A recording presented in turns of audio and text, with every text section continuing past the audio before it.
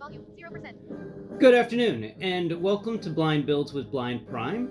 This episode, we are going to be instructing you how to disassemble your Transformers War for Cybertron Siege cog and reassemble him into his vehicle mode.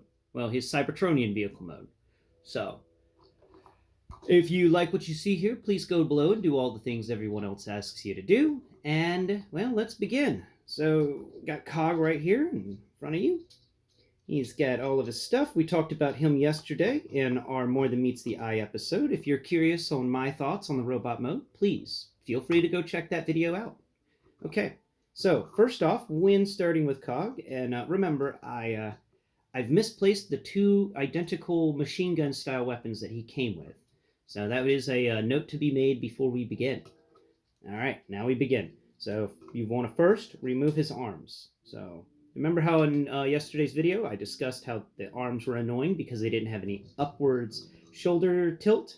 Well, that's because they're just pegged into a siege peg on each side of his body. So we just grab his core body with one hand, and then grab the arm with the thumb and forefinger of the other hand, and pull it off. There, it's pretty easy to pull it off, and it just happens. Now, once you got the arms off, we want to then put one hand on his legs with his thumb on the back panel of, his butt panel. Put your thumb on his butt, and then with the other hand, put it in his, over his upper torso, and put one thumb right behind his head area, where his head would fold in.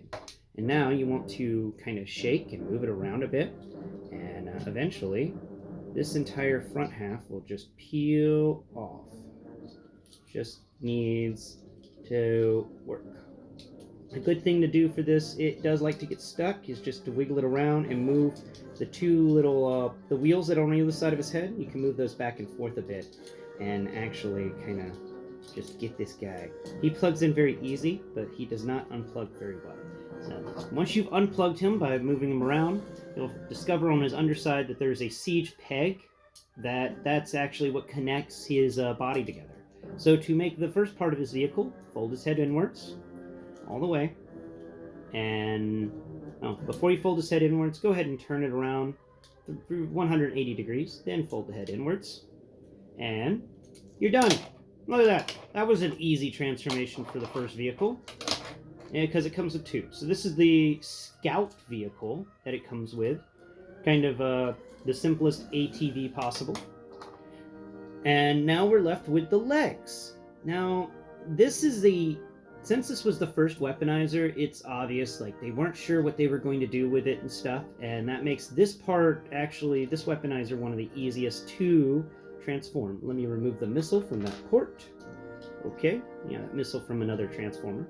So what you want to do here is you want to kick the legs up all the way, so it's like he's trying to, because they're going to move up from where the front is. So just imagine he's a Golden Finger from the Austin Powers movie, and he's just trying to put either of his feet on either side of this imaginary head. So we just do that. We move his thighs up all the way till they're flush with his butt panel, but on the other side. And now we're left with this half-track looking thing, and it's almost done. And we then grab both of the arms, and like I said, this is one of the weird. This is the most unique of the Weaponizers because it does not really require that much parts forming in comparison to other Weaponizers. So remember, in yesterday's video, I discussed how there was a siege peg on the lower arm at the forearm area, but it moved up and down on this weird little swivel thing. So we want that. So you want to find that siege port that has the weird swivel thing that moves up and down, and because it will move at it'll give you almost I want to say that's a 60-degree angle. And you want to plug that siege port into the siege peg that's sticking out on the top of the leg, which is now the top of the vehicle. So you want to do that for each side. Just plug that in, and we're going to follow it through with the other side. Find the spot, and then take that spot, and I explain, move up and down, make sure that the arm is perfectly straight. So find that up and down moving piece that has a siege port in it, and then plug it into this peg right here on the other leg. And do it carefully. There we go. And now you have two cannons that can move up on little tracks, so they can actually work like artillery. They even slightly move side to side.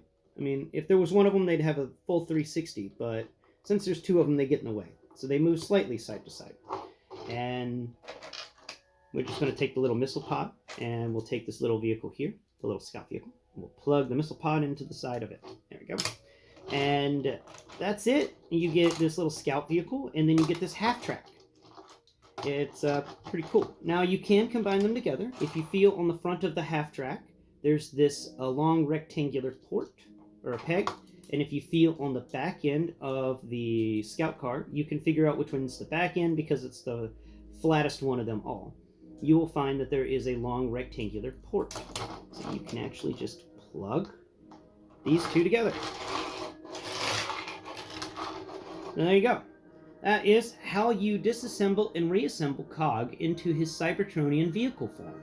Tune in next Prime when I will be discussing, in my next More Than Meets the Eye episode, this guy's actual vehicle mode and reviewing it and tell you what I think about it. That's how to transform it and, well, how to disassemble and reassemble it. So tune in next Prime where we will be talking about his half-track form and his scout vehicle. Bye-bye for now.